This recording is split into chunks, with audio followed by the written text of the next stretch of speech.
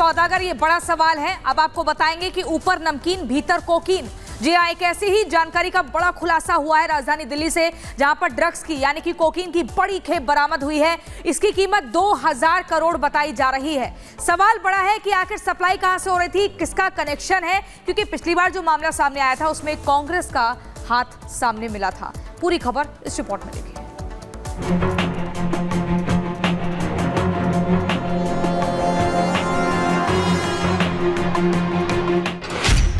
जहर की सप्लाई, 2000 करोड़ कीमत।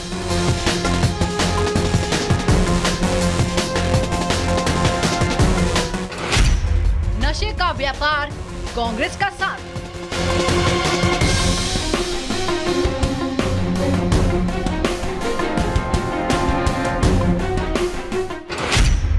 कोकीन, कांग्रेस और कनेक्शन।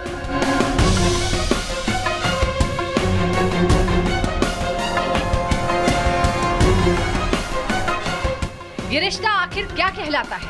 सवाल इसलिए क्योंकि अपने स्पेशल मिशन के तहत दिल्ली में जब 5000 करोड़ की कोकीन पुलिस ने जब्त की तो कांग्रेसी कनेक्शन सामने आने के आरोप लगे थे। तो क्या इस बार भी कोई कांग्रेसी जहरीले सप्लाई के इस खेल में शामिल है?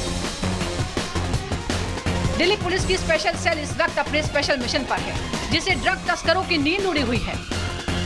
पहली बड़ी सफलता के बाद स्पेशल टीम रमेश नगर इलाके में ऑपरेशन के लिए पहुंची।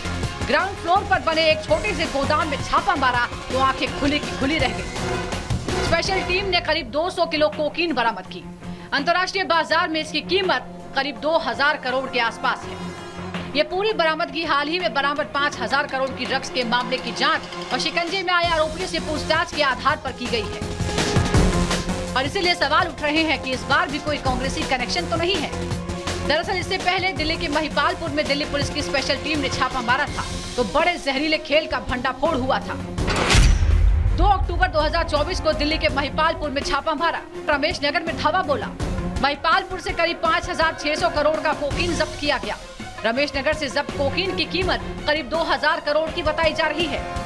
महिपालपुर में चल रहे ड्रग्स के इस खेल में कांग्रेस का एक कार्यकर्ता शामिल था। अब सवाल यह है कि यहाँ कौन है जो इस पूरे खेल को हैंडल कर रहा था। खैर, इस बार किसका कनेक्शन और किसका साथ है, आरोपी कौन है, ये तो जांच के बाद साफ हो ही जाएगा। लेकिन इतना तो तय है कि राजधानी दिल्ली में बैठा कोई बड़ा खिलाड़ी इस नेटवर्क को कंट्रोल कर रहा है। ऐसे में देश के युवाओं को सावधान रहने की जरूरत है। Bureau report, Republic Bharat. और इसी बीच महादेव बेटिंग ऐप मामले में बड़ी खबर सामने आ रही है, यानी कि मास्टरमाइंड महादेव बेटिंग ऐप मामले का सौरभ चंद्राकर, जिसको भारत लाने की तैयारी हो रही है और आखिरी चरण में ये तैयारी चल रही है। तो बड़ी खबर आपको बता दें, महादेव बेटिंग ऐप मामले से जुड़ी हुई दुबई में गिरफ्तार हुआ सौरभ चंद्राकर, जिसको अब भारत लाने की तैयारी हो रही है।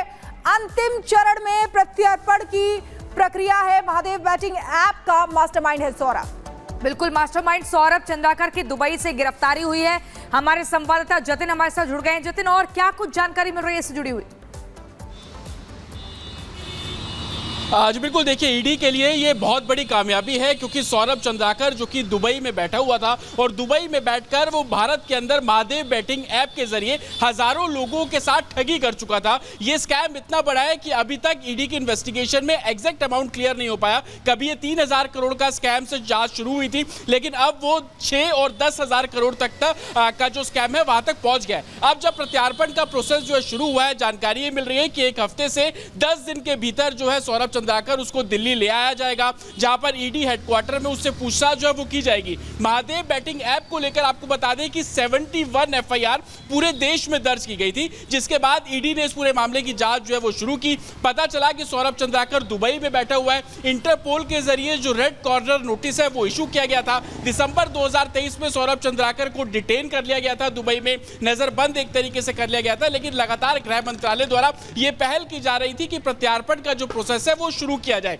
अब जो जानकारी मिल रही है कि एजेंसी जल्दी प्रत्यार्पण का जो प्रोसेस है वो शुरू कर रही है, तो आने वाले एक हफ्ता और ज्यादा से ज्यादा 10 बड़ी जानकारी आप दे रहे हैं। फिलहाल बहुत बहुत शुक्रिया तमाम जानकारी देने के लिए।